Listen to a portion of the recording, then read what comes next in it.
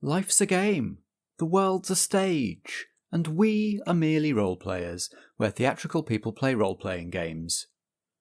I'm Matt Boothman, and I'm your compere for this main house production. Here on Merely Role-Players, we improvise stories, and we use the rules of role-playing games to keep those stories oh so high drama. This episode is part of our current main house production, Vigil, Shadowfall. To create this story, we're playing Monster of the Week, a role-playing game by Michael Sands, published by Evil Hat. So, please take your seats in the main house. Tonight's production is about to begin. Vigil, a Merely Role-Players main house production. Shadowfall, Act 3 of 5. I'm Marta, and I play Harper, the Searcher. Harper came to England from the United States to escape the shadow world that keeps trying to pull her in. But, in spite of her best efforts, weird things just won't leave her alone here either.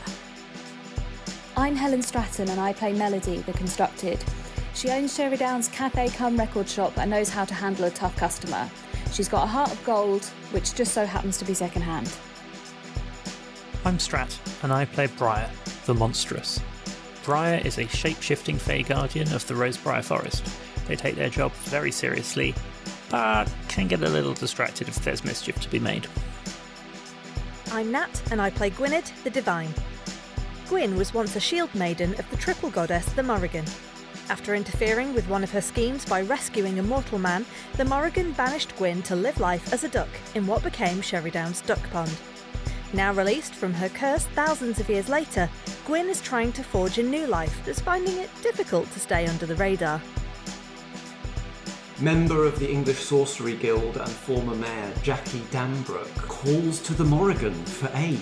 She has lost her shadow, kidnapped by other shadows. It was said the original founding president of the English Sorcery Guild disappeared into shadow. That is who moves against us now.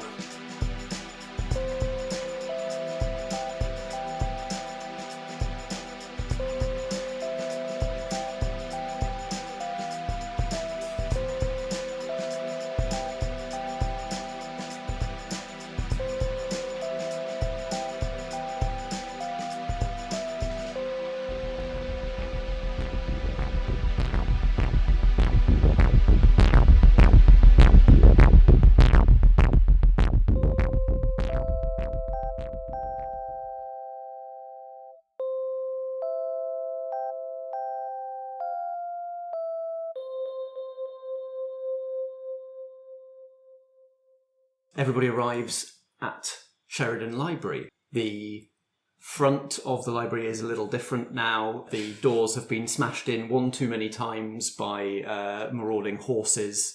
And so now, instead of the sliding automatic doors, the library has a manual push revolving door as its main entrance. But there are other ways in. There is a back way in, and you are friends with Mrs. McGrew, the librarian, so you're able to all get in without accidentally falling into any shadow realms. The library is also lit by candlelight, but each candle in its sconce has, the candles themselves are subtly runed by Callisterius to make sure that they can't catch any of his precious collection on fire. But there is light in here. It's noticeable, it's possible to double check that still Melody not casting any kind of shadow. Mrs. McGrew and Polly are both working late. Lots of people are just sort of finding it hard to sleep these days. So a lot of the time the town's a little bit nocturnal a lot of the time. Could you? Yes. While you were doing your research, is it possible to send Sombra out to do a scope of the town, see if anyone else has been assaulted? This is my question at the moment. Who else is suffering from the same thing? I could ask Ginger. She knows everything. Oh, that might be easier. Yeah. Sombra was hurt before. Yes, one of your sisters cut then I guess I would describe it as with their sword. Got me good. Branwen and Kedadwin are still kicking around, right? That's right, yeah. Can I bring them along? Sure. Great. Ginger flits through the revolving door into the library. Ginger is a classic Tinkerbell little fairy. Ginger, good to see you. Hello there, Briar. What's been going on with everyone's shadows? Oh, lots of people in town have lost them. Oh, how many's lots? Dozens. That is quite a lot. It's quite a big proportion of the people who are still here and haven't left. Oh, how are they doing? Some of them haven't noticed. Lots of them seem confused but don't really know whether it's bad or not. Okay. Do you know, little fairy Ginger. creature? I just want to shake her and see if anything comes out. Please don't. I would recommend it. To fly. No. You That's not how that works. Is it not? We shouldn't shake Don't people. assault. Disney disappoints me once again. Don't assault the Fae. Diane writes down, don't shake people, don't assault the Fae. I would have asked first. The timeline. Did all these shadows go missing today? Yes. There were lots of new shadows appeared. They all sort of sprang up and they went on a sort of kidnapping spree and then all disappeared again. Okay, so we need to talk to your sisters, figure out weapons, and then, I guess, just go to the Shadow Realm. I can't wait. Easy. You've done it before. We'll do it again. Yeah. Sure. Yeah. Like falling off a bike. Just as pleasant, pretty much. Is there any magic that maybe we could do? Some kind of spell to help Harper stabilise the connection, focus in on the connection, and stabilise the passageway for the rest of us? Yeah. Absolutely. I think that's even one of the standard use magic effects, I think, is something like that. Yeah. So all you need to do is tell me what you doing that kind of magic looks like and then roll for it. Tapping into the elements of Morrigan that are about darkness and night, and tapping into the energy that Sombra has. I think Sombra has to be present for this, maybe. Sombra can physically interact with items in the world, right? Can they physically interact with people? Can Gwyn touch Sombra to channel that element, tune into that world, that realm? We've talked about them coming off like walls and the floor, right, into like a ghostly kind of amorphous thing. And I think we did talk about the darker the shadow, the stronger their presence. So the more contrast there is between the light and the dark. So the darker the shadow, the more present they can be. So we can try. So we can have flaming staff. We could get Aurora involved. Do we have any other light sources? You got these magical torch sconces all around the library. Take a magnifying reading glass thingy and just punch it through. Did you bring my torch? No. Okay. No, I gave that to somebody. What do you mean? It's my torch. Not anymore. As I expected. Probably in the tree. Could have all gone to the tree. Let's go in line. That's fine. Right. Would you like to help with this, Briar? Yes. If you want me to. Your input would be greatly appreciated. Bet it would be. What? What? Nothing. We'll extend another hand out to you. This time, actually takes your hand. Gives it a little squeeze. Thank you. I'm also going to try and text Calasterius to see if he knows who the English Sorcery Guild president founder dude was, because it would be good to know. Maybe what he looked like, if there's any evidence. This is going to be investigate a mystery. Roll plus sharp. His mysterious disappearance. Can I try again? It was just a test. It was a test. Row. So what's your sharp though? My sharp is +3, so we've got a 7. You haven't failed. Oh no, yeah, it's not a fail. There you go. You get a question, so you can learn one thing. I'm gonna ask the group, what would be the most helpful thing to know? Do we want to know this man's name, or do we want to know about whether it is in fact he who is behind? Has he turned into Mayor Lindbergh? Yeah.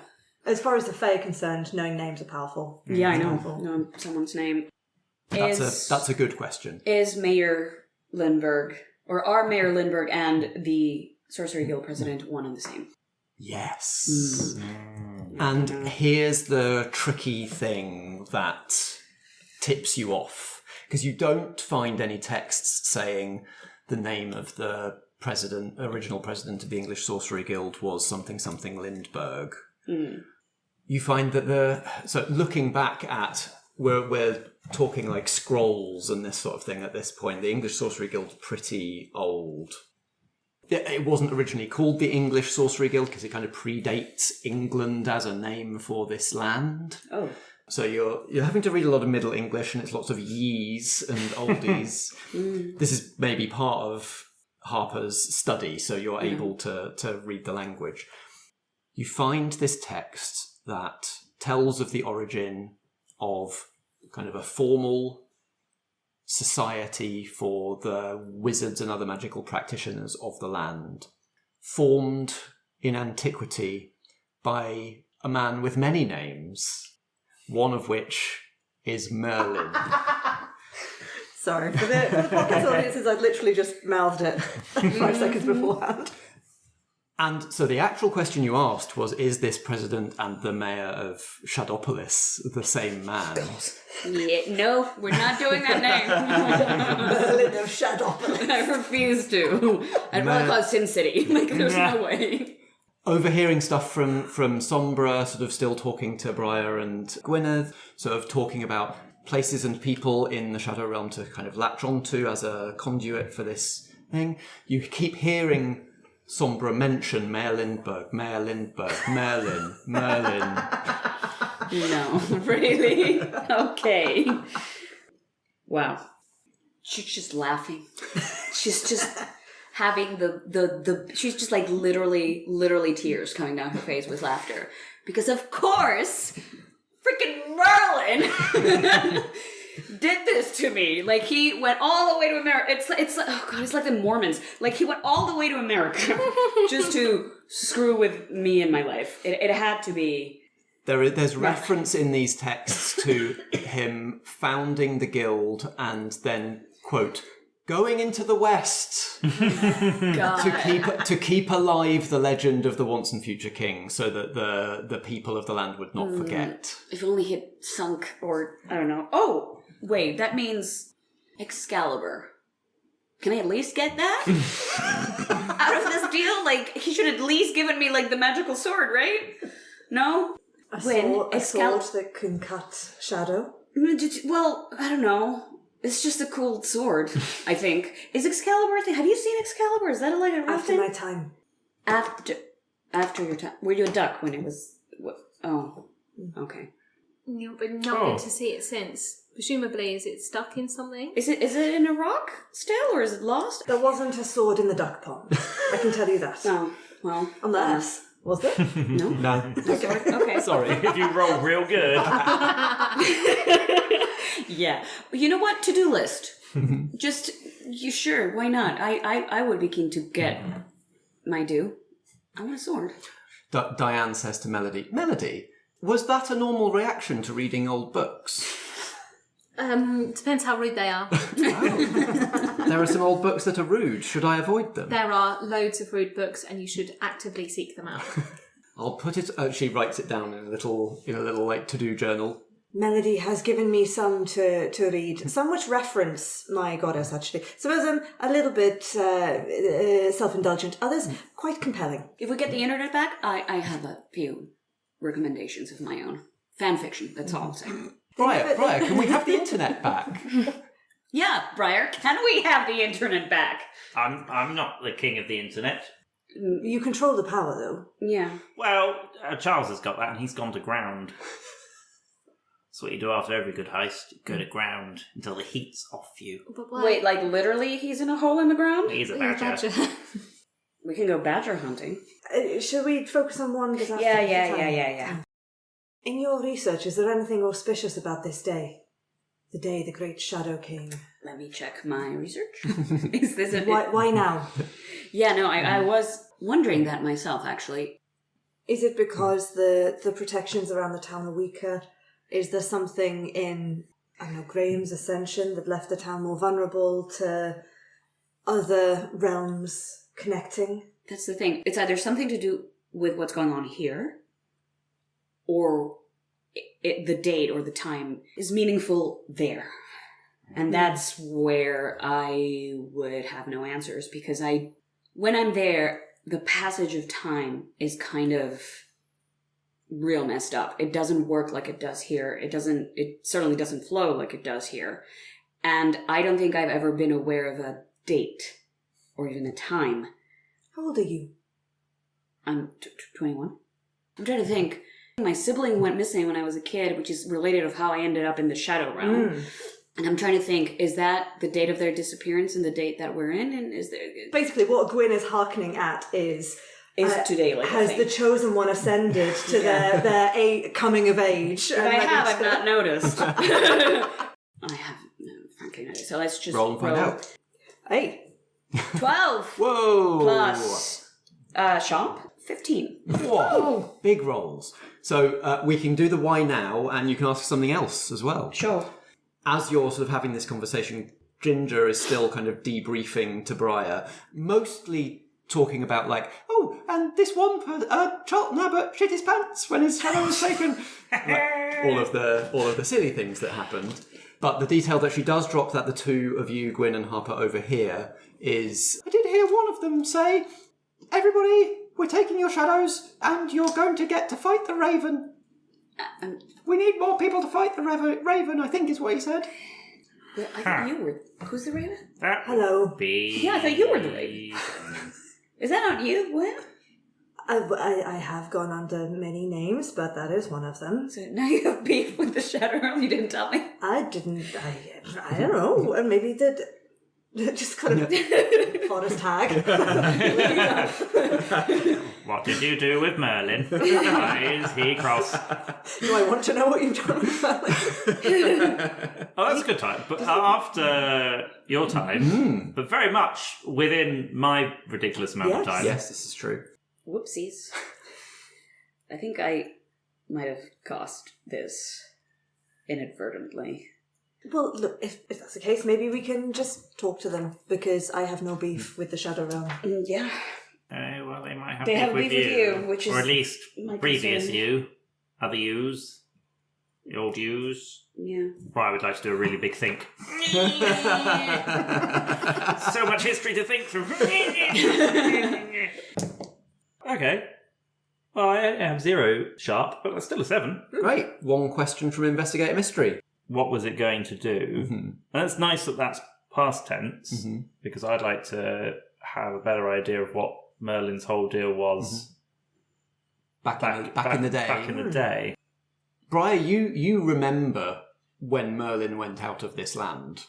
What do you remember about that? I think he was a bit full of himself. He did Merlin's big shtick was turning into forest animals a lot of the time. Or turning other people into forest animals when they pissed him off. Yeah, that is true. What's that all about? The amount of energy and magic he wasted doing that, he could have been doing other things with. Was Briar happy when he left England, never to return?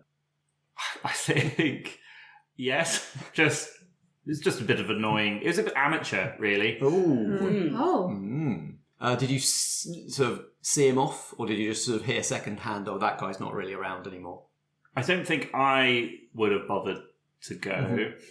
I think maybe, but like, there's a lot of interest from the general other forest fae, so I probably heard it secondhand from somebody that, maybe Ginger, in fact.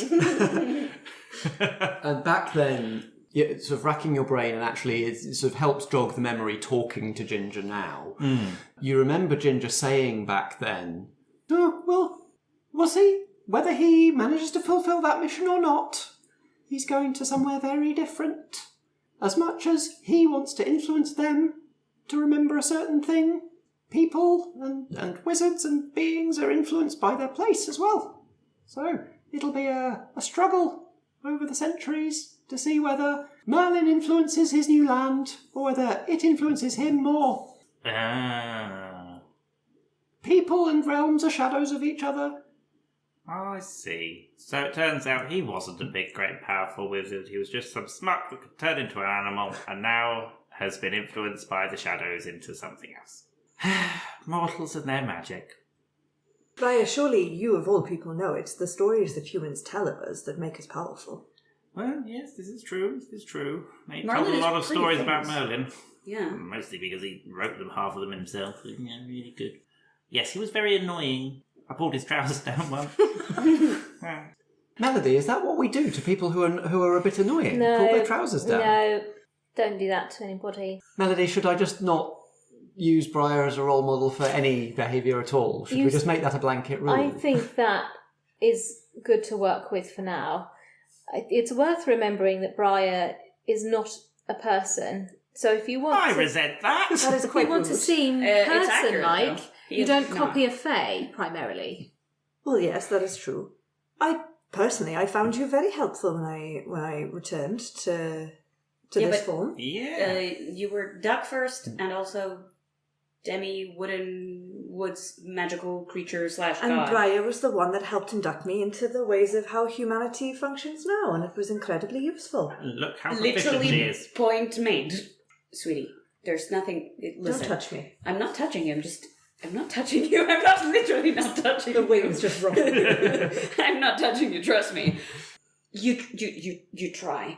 Don't listen to Briar, ever. It's just don't. This does seem to be the majority opinion. Focusing on the problem at hand, are we saying that Merlin got on a boat and crossed the Atlantic hundreds of years ago and ended up in I was going to say United States. Oh God, in the American continent? Is that where we're saying he went? So a land of Native Americans, magic, very strong Native mythology and spiritual stuff. Yeah, that's... But also, he decided to go into this shadowy thing. Which is what I'm thinking. It's like, why would he do that? And I'm not surprised. Knowing what little I know about America before we lot ended up over there. It's pretty wild. Pretty challenging, probably, from someone coming from here. He was always putting his nose into things that weren't, mortals' business, though, so I'm not surprised he's ended up there. Yeah, average white European. Again, that tracks. We still don't quite know how to... Well, hopefully, knowing what the situation is, we might not need to. I fully intend on trying to just go and explain the situation, that I'm not a threat. Maybe we can work together in some fashion. The mortal realm is facing too many threats for this to be another one. I'd like to point out that this mofo kidnapped me as a child, brought me to the shadow realm without explanation, took my shadow, and then dumped me out here with Sombra. So I have some questions, but I'm definitely up to... Mortals always get upset when people do that to them, don't they? They do! But that's kind of part of the fun. You want to talk to the mayor? You can ask him yourself. Oh, God. There's plenty of light in here. There are shadows on the wall. I and thought you I start had to wards notice. or something. There are wards, but they're mostly for physical beings who will drop straight into the oubliette, and also they're for specifically the Callisterius bit of the library, not the general public bit of the library. That's fair. You notice you have a couple of extra shadows. Crucially, by the way, Mrs. McGrew and Polly still had their shadows, so they seemed to be fine. But now more of these fedora-wearing, Tommy gun-wielding gangster shadows appear on the walls of the library and start to threaten the librarians. Librarians and Diane. Diane still has her shadow as well. Mm-hmm. I will reach out another hand. In what form? Are you a Pooker? Oh, Pooker at the moment. Yeah, Pooker at the moment. And Boop Aurora, who's been hanging around. And my plan is, rather than trying to make everything so dark that shadows can't be there, I'm going to make everything so ridiculously bright that a shadow cannot exist. Because there is no shadow. Yeah, just ambient light everywhere. There's no individual source. So I just want Aurora to grow to the size of the library. So it's just everywhere. Everything is glowing. Everything oh my God, I'm blind. Roll plus weird. Here we go. Well, there we go. It's a 9. It works, but there is a glitch. You tell me the glitch. And Right. I'll tell you how it manifests. Aurora can't stay that big forever, so it's time limited. We're on the clock now to get where we need to be. Use 3 get over here and take... your shadows is coming with... These gangster shadows are burned up by Aurora's blinding light. Everybody else in the room who has normal eyes is dazzled as well. But Briar can tell just from the vibrations and the shades of Aurora that this is not something they can hold forever. Thank you, don't worry, you can come back to normal soon. We need to go through the portal now, please, portal people. Never mind trying to find... I'm assuming it's going to be light or darkness is the weakness. Anyway, let's... We'll figure it out as we go, don't we always? Ray-Bans come out. In a flurry of wings, the Shieldmaiden Bronwyn appears, flaming sword brandished. Sister, mistress, what is so urgent that you've taken us off the search for your missing companions? I'm sorry, this is slightly more time limited. We have need of your sword. It is yours, mistress. Thank you. Stay in the cave with the Hearth Mother until we return. I shall. And we'll make sure that she passes the sword to Melody, so you have something that we know can hurt them. Wonderful, thank you. And then I will open this portal, I guess, channeling through Sombra. Doing something with the revolving door. Yeah. Spinning it really fast. Spinning really fast. What's one word? Throwing up in there. Actually, why am I rolling those ones? Yeah, that was mine. Okay, that's a 10, 11. See, yours are much better. So we're spinning the revolving door really fast. Yes. We've got Sombra, Briar and Gwyn all involved. Harper, presumably, you're the one who actually opens the door normally. Primal through the forest, wind with leaves. Don't know where the leaves have come from, but there they are. They've just come off of moss. Yeah. Sorry, moss. As the doors, because Aurora's not as big anymore, the shadows that would be cast just sort of collect at the front, so we end up with a portal shape. Almost sort of strobing. I was going to say, when you move like the shape so quickly that you end up getting like a zoetrope. Yeah. Yes. Nice, lovely. Black and entirely black, entirely white. This zoetrope flicker of Aurora's will-o'-the-wisp fey light, and the ink black of shadow leaking out through the revolving door as Harper approaches, and sort of passes over all of you, and you're in another place. Geronimo! That's Briar's actual in character.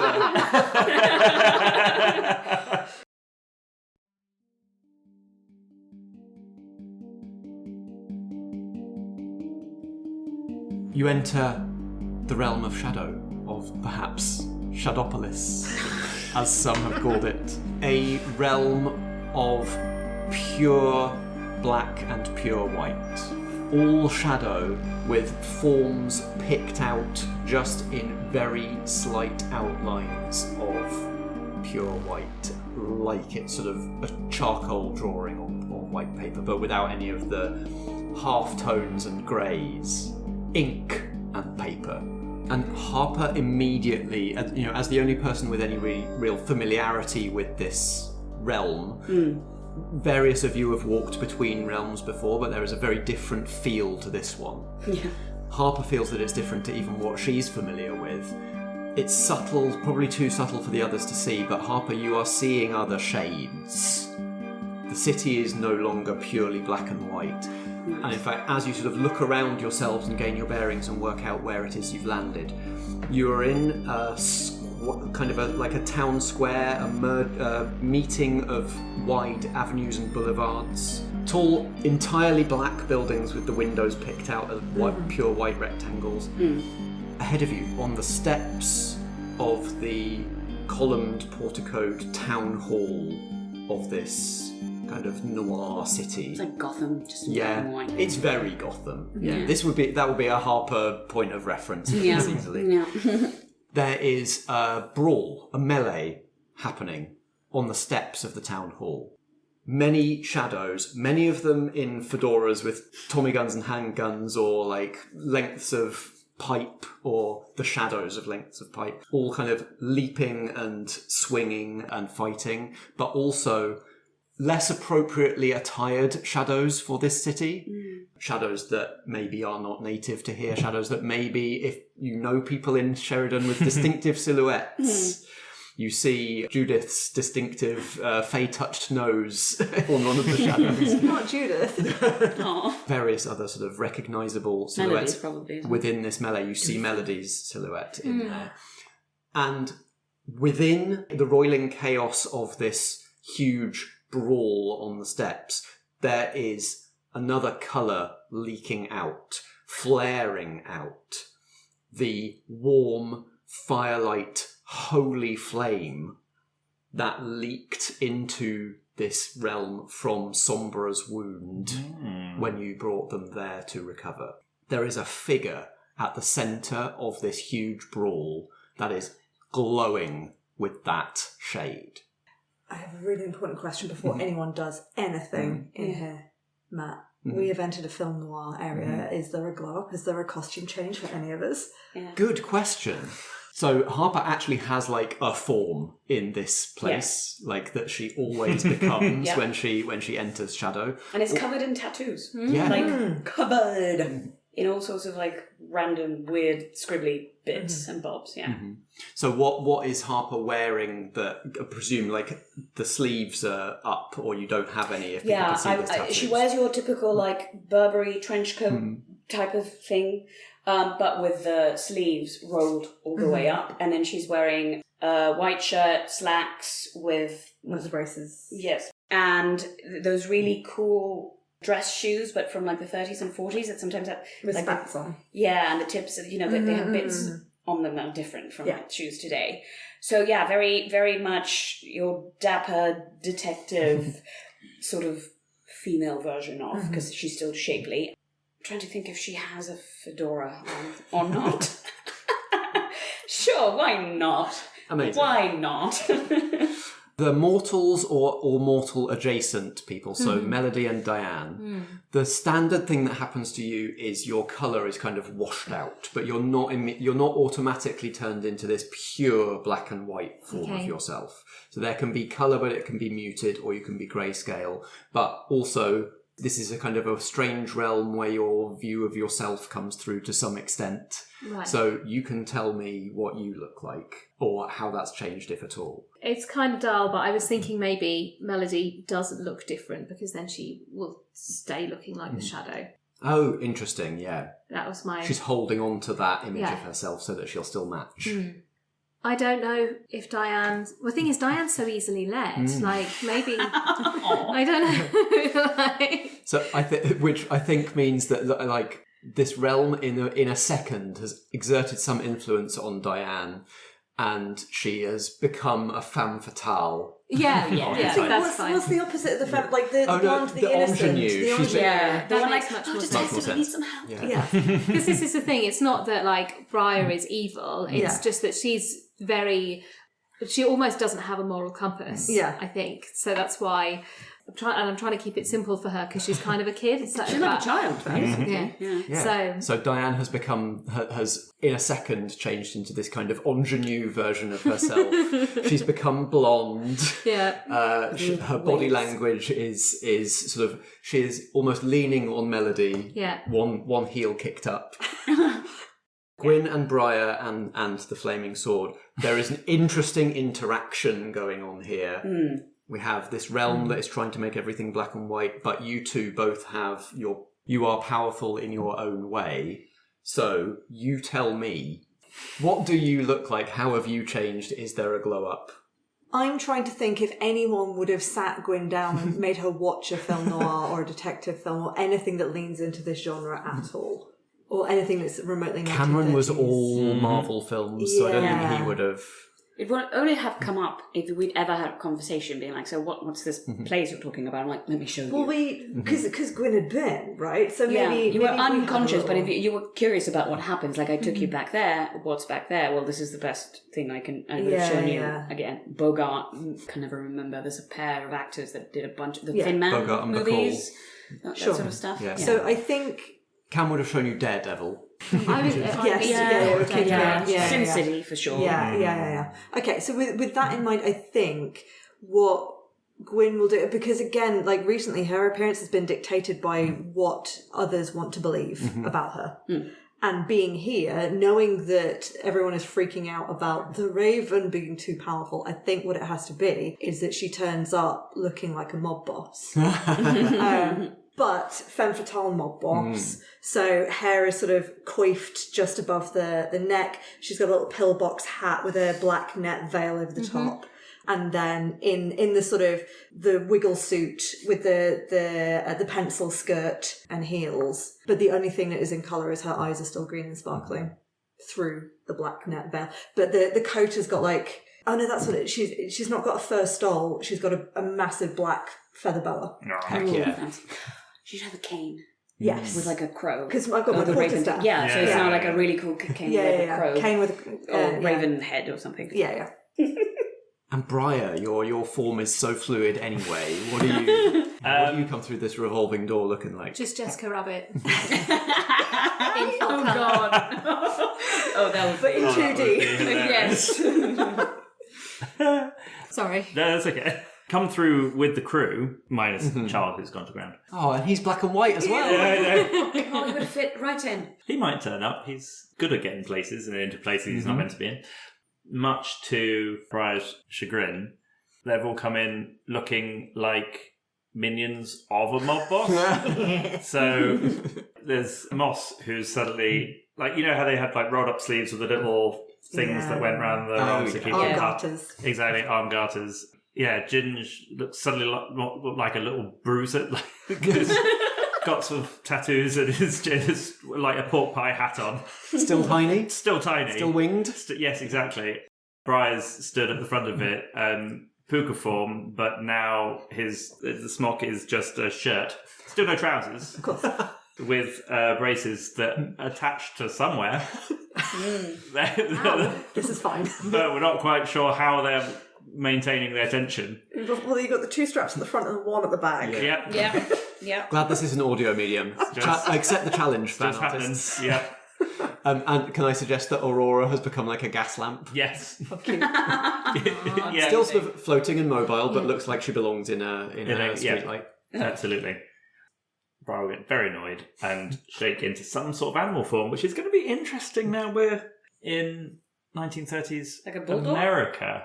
Is that a detective? I think this realm, as you shift, you can feel this realm trying to shape you, and it's trying to shape you into a raccoon. Yes, there we go. There we amazing.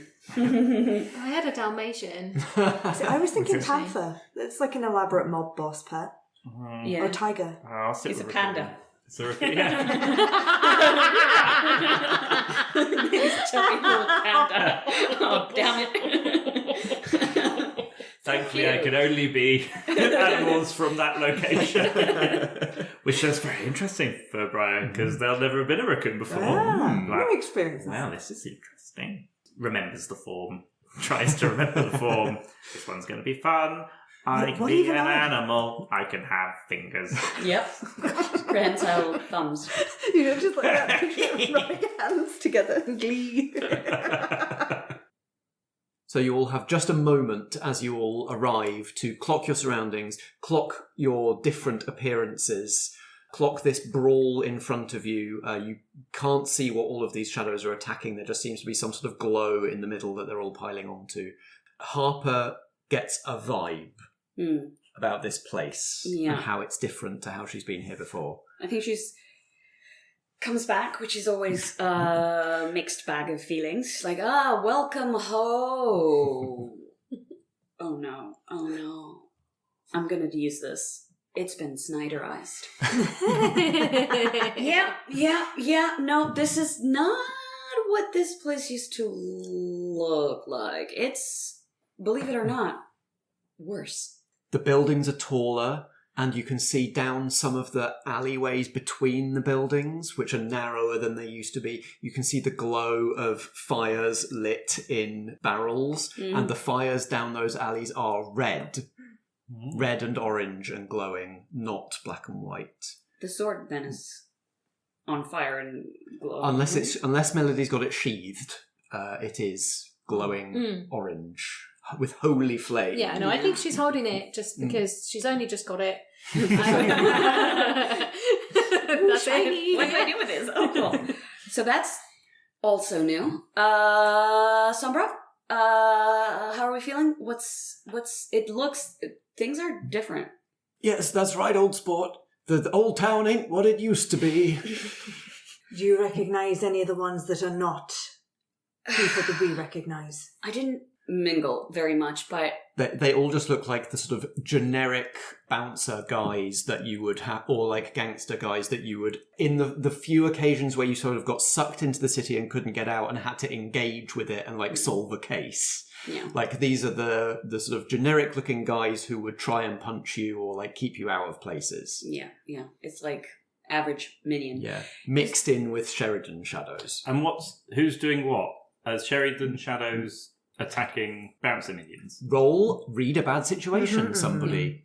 Well, I was going to ask if there was like a difference in the way the shadows look in terms of like texture or... I'm doing so well. Yeah. Oh, wow. 7. Why? I've read a bad situation. Plus anything? No, just 7. Okay, so you get one question. Okay. So you were asking, you want to get an idea of the sides, like what is the relationship between the like native Shadopolis shadows and the Sheridan shadows? Yes. Right, so I'll give you that. I know it's not one of the standard questions on that list. Thank you. It looks like the more at-home shadows, the ones in fedoras, the ones with guns, the ones with chains and knuckle dusters and so on, who look more equipped for the place, are forcing the Sheridan, like the new recruit shadows, to fight with them. Against whatever they're all fighting in the middle of this melee, this glowing presence. So they look reluctant, but like every time a Sheridan shadow like tries to sneak off or like not engage, there's a gun in their back and they're being egged forward and being like... It's almost like fodder. Yeah. But we can't see what the glowing presence is yet. As you think that, the melee erupts and shadows literally go like flying, slamming into buildings and windows all around the square. And you've never seen this being before, but it's obvious just from looking at this figure as it stands up out of the melee that this is the Raven. A shadow. Pure black, like a silhouetted cutout like all of the denizens of this place, but on its chest, in holy fire that is very recognisable as Gwynned's, the silhouette of a raven. Fists wreathed in that same holy flame, sending other shadows flying. Like stands up, swings, the whole melee goes flying. They wade in with these flaming fists. And Harper, as you look at this figure, everybody recognises the holy flame. Everybody can sort of tell immediately, almost like it's captioned, the Raven. But Harper, you recognise this figure even more intimately. Oh, brother. This is your shadow. Oh, this is me. Oh, so the big bad. I did say this. Would you like a bridge? If my shadow ends up being the big bad, We don't know that she's the big bad yet. She's just having some trouble with shadows. Might just be a medium-sized. She's cosplaying as Fire Wonder Woman or whatever that is. I don't even know. You hear from the steps from where the Raven is fighting, "This is my city." Sure. From her? She needs some throat lozenges.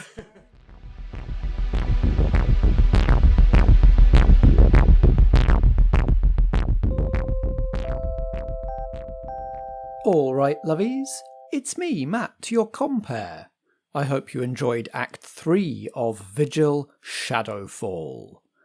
There will now be an interval of 2 weeks, after which we'll open the curtains again for Act 4. Just before you all head off for interval drinks and ice creams, let's have a little quick flick through the programme.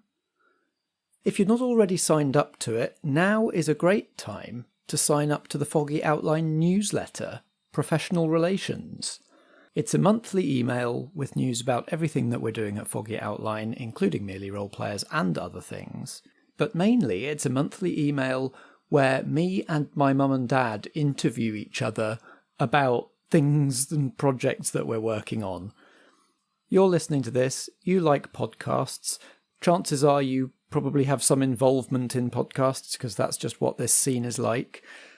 if you've ever thought, how do I actually explain to my parents what this whole thing is, I think you'll get a kick out of seeing me and my parents muddle through trying to understand each other in this newsletter as well.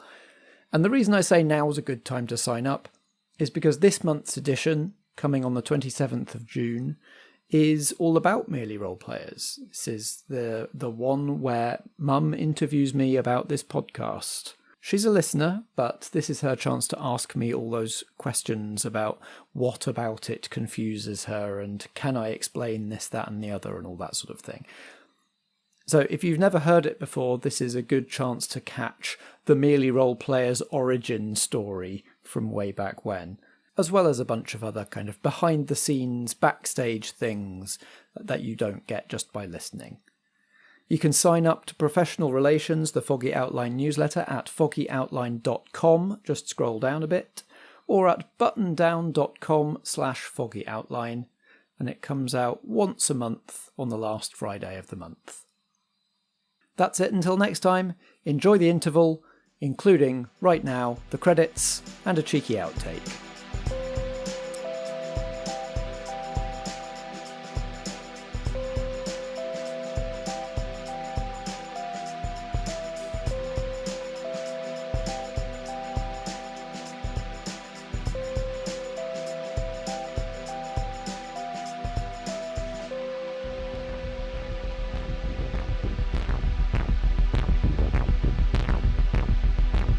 This has been Vigil, a main house production from Merely Roleplayers.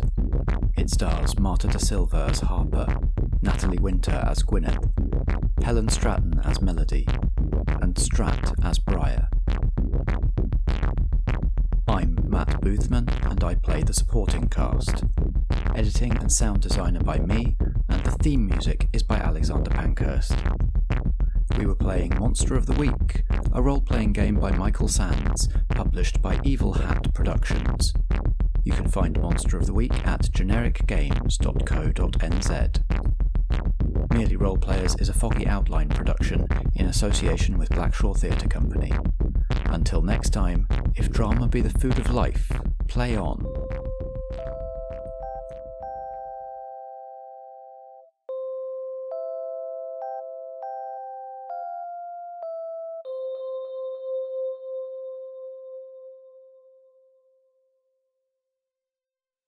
This is nice under pressure. Just trying to remember a specific thing within the last kind of 10 millennia to try and work out if Merlin made a big enough impact on them to be remembered. Yeah, try and use your brain for good. Yeah. Don't strain yourself, though. We don't want you. So Harper's still got a hold for Investigate Mystery that we could use if you don't want to have to roll for this, but I'm very happy for you to roll Investigate Mystery. Always worth rolling. And if he fails, he poops his non-pants. He tries so hard. Oh no, not wearing pants. Yeah, so I'm just pooping all in front of you. Yep. I mean, you concentrate hard enough, you know. Yeah. Foggy Outline. Undivide your world.